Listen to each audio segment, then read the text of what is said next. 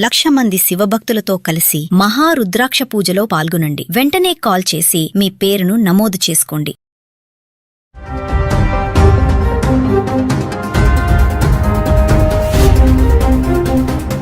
నమస్తే, welcome back to Suman TV. Present మనతో పాటు ఉన్నారు ఎనలిస్ట్ మందర్ కృష్ణారెడ్డి గారు. నమస్తే సార్. నమస్తే అమ్మా.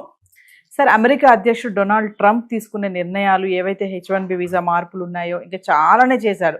ఎప్పుడైతే అధికారంలోకి వచ్చాడో అప్పటి నుంచి ఈ రోజు వరకు ఎన్నో మార్పులు, చేంజెస్. మరి దీంతో మన భారతీయులు అమెరికా వెళ్ళడానికి కొంచెం వెనకడుగు వేస్తున్నారు అనుకోవచ్చు అంటారా? ఇదే టైంలో మరి వేరే దేశాలు మన వాళ్ళ టాలెంట్స్ని తీసుకొని మరి మా దేశాలకి రండి, మీ టాలెంట్స్ని మాకు ఇవ్వండి, మా దగ్గర ఉపయోగించుకోండి అని చెప్పేసి వాళ్ళు ఆహ్వానిస్తున్నట్టు మనం న్యూస్ చూస్తూనే ఉన్నాం. మరొకసారి వివరాలకు వెళ్తే సార్, ట్రంప్ తీసుకున్న నిర్ణయాల వల్ల ఒక రకంగా భారతీయులకి మేలు జరిగిందని కూడా చెప్పినా ఆశ్చర్యపడాల్సిన అవసరం లేదు. ఇది ఎలా అంటే మనం విశ్లేషించినప్పుడు ఇప్పటిదాకా డాలర్ డ్రీమ్స్లోనే బతుకుతోంది భారతదేశం. అంటే నేను చదువుకుంటే అమెరికాలో చదువుకుంటాను, అక్కడే ఉద్యోగం చేస్తాను, కోట్లు సంపాదిస్తాను, భారతదేశాన్ని పంపిస్తాను, ఇక్కడ నేను ఆస్తులు అవి కొనుక్కొని ఇక్కడ సెటిల్ అయ్యే అవకాశం ఉంది, లేదంటే అమెరికాలోనే ఆస్తులు కొనుక్కొని అక్కడే సెటిల్ అవుతాను, అవసరమైతే ఇక్కడే నేను రాజకీయాలు కూడా పోటీ చేసి నేను నిలబడగలిగే శక్తి సామర్థ్యాలు కూడా నాకు ఉన్నాయి. ఎందుకంటే అలాంటి అవకాశాలు కూడా అమెరికా కల్పించింది.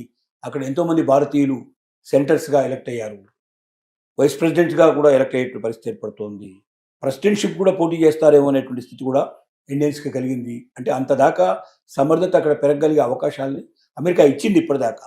అలాంటి ఆలోచనలో ఉండి ప్రతి ఒక్కరూ అమెరికా అనేది ఒక కళ, ఒక కోరిక. పిల్లాడు పుట్టిన కొద్ది రోజులకే తల్లిదండ్రులే నువ్వు అమెరికా వెళ్దువు కానిరా, నువ్వు చాలా గొప్పవాడి అవుతావురా అని భావించేటువంటి స్థితి కూడా ఏర్పడింది.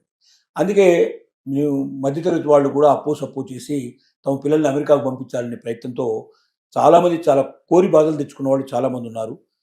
అయితే అక్కడికి వెళ్ళిన తర్వాత అంటే ఏదో రకంగా ఇక్కడ అతన్ని పంపించగలిగే పరిస్థితి ఏర్పడితే పంపించిన తర్వాత అక్కడ ఏదో ఒక జాబ్ చేసుకుంటాడు, చిన్నదో పెద్దదో ఏదో జాబ్ చేసుకొని మెల్లగా డబ్బు సంపాదించుకుంటూ తన చదువు అక్కడ పూర్తి చేసుకుని అక్కడే ఏదో ఒక ఉద్యోగం సంపాదించుకొని అక్కడ సెటిల్ అవుతాడనే ఒక నమ్మకం, విశ్వాసం ఇప్పటిదాకా గత దశాబ్దాల కాలం లోపల భారతీయులకు పూర్తిగా నమ్మకం, విశ్వాసం కలిగించింది అమెరికా.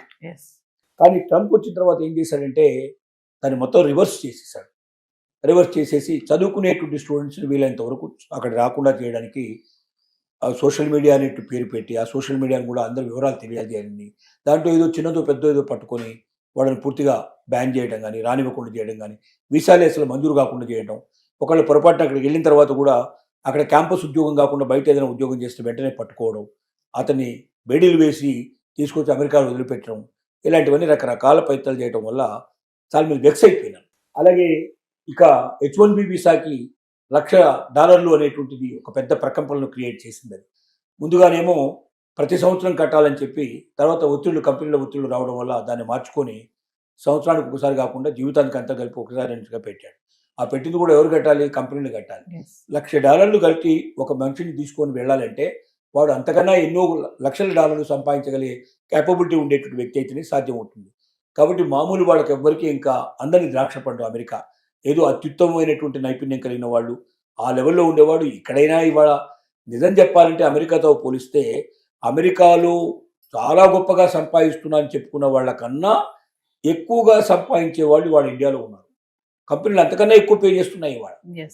తర్వాత అలాంటి వాడికి తన కంపెనీ లోపల షేర్స్ కూడా ఇస్తున్నాయి, వాటి పెట్టుబడిదారులు కూడా వాళ్ళని భాగస్తులు కూడా తీర్చుకుంటున్నారు. ఇలాంటి పరిస్థితులు కూడా ఇక్కడ ఉన్నాయి. లేదా ఏముందో కొద్దిగా ఏదైనా స్టార్టప్ కంపెనీ పెడతానంటే బ్యాంకులు రుణాలు ఇస్తున్నాయి, గవర్నమెంట్ అనేక రకాల ప్రోత్సాహాలు అందజేస్తుంది. కాబట్టి తెలివితేటలు ఉండబడి వాడు అమెరికా వెళ్లాల్సిన అవసరం లేదు, ఇండియాలోనే అంతకన్నా ఎక్కువ సంపాదించగలడు. ఇక్కడున్నంత స్వేచ్ఛ, ఇక్కడున్న అవకాశాలు, ఇక్కడున్నంత ఆనందకరమైన జీవితం అమెరికాలో ఉండదు. అమెరికా అంటే రెస్ట్రిక్షన్స్ భయం, కొన్ని నిబంధనలకు లోబడి జీవితాన్ని గడపాల్సిందే. గట్టిగా చెప్పుకోవాలంటే మన ఇంట్లో కుక్క మురిగితే పక్కవాడు కేసు పెడతాడు, మన ఇంట్లో పిల్ల అరుపు వినబడిందంటే పక్కింటి వాడు కేసు పెడతాడు, మన ఇంట్లో రేడియో టీవీ పెద్దగా పెట్టుకుంటే పక్కింటి వాడు కేసు పెడతాడు. అంత భయంకరమైన జీవితం గడపాల్సి వస్తుంది అక్కడ. స్వేచ్ఛ స్వాతంత్రం అనుకుంటాం, బయటికి వెళ్ళి మాట్లాడాలనుకుంటే ఒక వ్యక్తి దొరకడం, కిలోమీటర్ల దాకా మనకు మనిషి ఎవడు కనబడ్డు. ఇలాంటి జీవితం మనం ఊహించలేము. మన ఇండియన్ లైఫ్కి అలవాటు పడ్డ వాళ్ళు ఎవరైనా సరే ముందు ఇంట్లో జనంగానే పక్కింటి వాళ్ళు ఎవరున్నారో ముందు వాళ్ళ దగ్గరికి వెళ్ళిపోతాం, వాడితో మాట్లాడతాం, వాళ్ళు ఎవరో తెలుసుకుంటాం, మనం ఎవరో చెప్తాం. ఇలాంటి ఒక జీవితానికి అలవాటు పట్టి మనం ఆ రిస్ట్రిక్షన్ నిబంధనలో పట్టడం కష్టం. ఇప్పుడు ట్రంప్ తీసుకున్న నిర్ణయాల వల్ల జరిగింది ఏమిటంటే అక్కడికి వెళ్ళే స్టూడెంట్స్ సంఖ్య గణనీయంగా తగ్గిపోతుంది. ఒకటి, ఎంక్వైరీ చేయడం, అమెరికాలో ఏమేమి చదువులు ఉన్నాయని ఎంక్వైరీ చేసే వాళ్ళ సంఖ్య 46.4% తగ్గిపోయినట్టుగా లెక్కలు వస్తున్నాయి. అలాగే కెనడాకైతే 76% ఎంక్వైరీ చేసేవాళ్ళు తగ్గిపోయినారు. అంటే కెనడా వాళ్ళు కూడా ఇలాంటి కొన్ని రిస్ట్రిక్షన్ పెట్టారు. అమెరికా పక్కనే ఉంటుంది కాబట్టి Yes. అనుకునే ఆ కెనడా కూడా అమెరికాను చూసి కొన్ని నిబంధనలు పెట్టింది. దానివల్ల ఇప్పుడు కెనడాని అమెరికా రెండింటి కూడా దూరం చేసుకొని సిద్ధపడుతున్నారు. అయితే ఇదే సమయంలో ఇతర దేశాలు ఏవైతే ఉన్నాయో, ముఖ్యంగా యూరప్ దేశాలు మనల్ని ఆహ్వానించి రెడ్ కార్పెట్ పంచడానికి సిద్ధంగా ఉన్నాయి. ఇండియన్ టాలెంట్ వాళ్ళకి బాగా తెలుసు.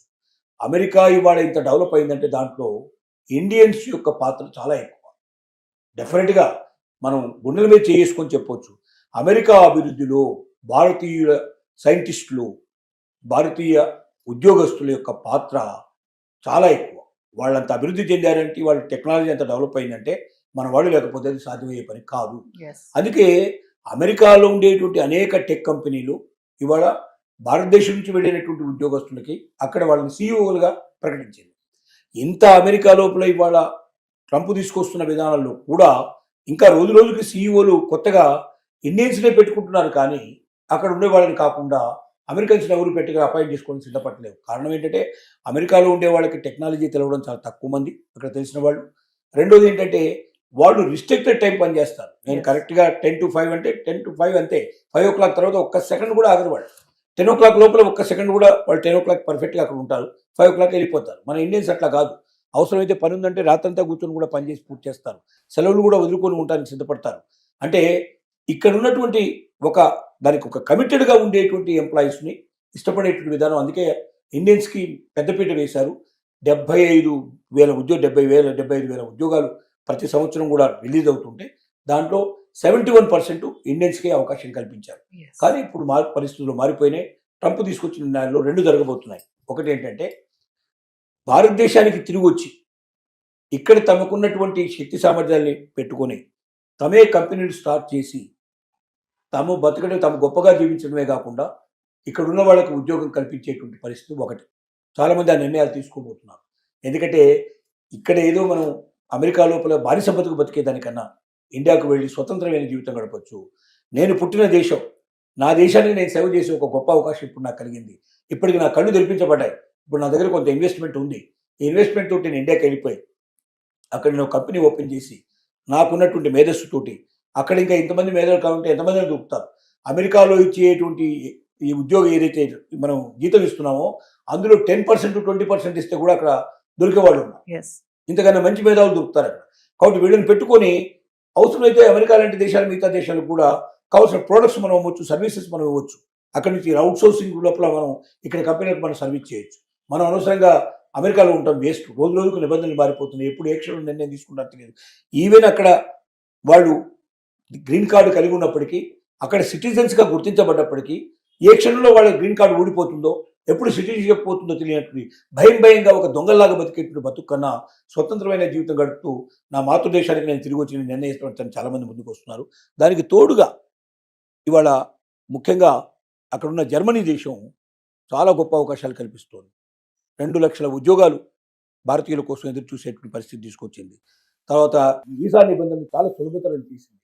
కొత్తగా నియమించబడ్డటువంటి ఎవరైతే రాయబారి ఉన్నారో భారతదేశానికి, మనకు అక్కడి నుంచి రాయబారి ఎవరైతే వచ్చారో ఆయన జర్మనీ రాయబారి ఏం చెప్తున్నాడంటే, భారతీయులరా మీకు మేము ఆహ్వానం పలుకుతున్నాము.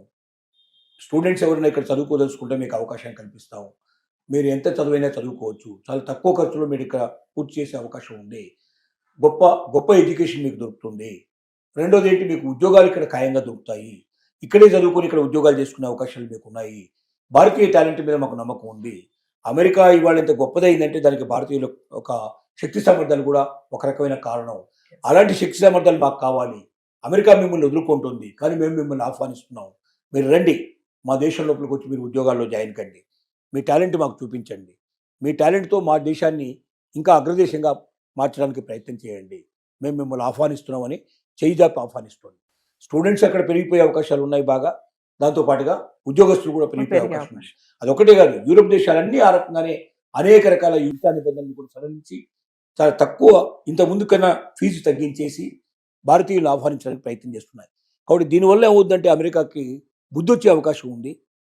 ట్రంప్ తీసుకున్న నిర్ణయాల వల్ల దేశ ఆర్థిక వ్యవస్థ ఎంత నాశనం అయిపోయిందో, చివరికి అక్కడికి వచ్చేటువంటి మేధావులు ఎంతమంది ఆగిపోతున్నారు, వేరే దేశాలకు వెళ్ళిపోతున్నారు. తద్వారా తాము ఏం కోల్పోయామో ట్రంప్ పోయిన తర్వాత కానీ, ట్రంప్ దిగిపోయిన తర్వాత కానీ అమెరికాకి తెలుస్తుంది. అప్పుడు బాధపడ్డా కూడా లాభం లేని పరిస్థితి కూడా ఉండొచ్చు. అందుకే ఇప్పటికే చాలామంది అమెరికాలో ఆలోచిస్తున్నారు, ట్రంప్ని రీకాల్ చేసి వెనక్కి పంపిస్తే బాగుంటుందన్న ఆలోచనలో కూడా ఉన్నారు.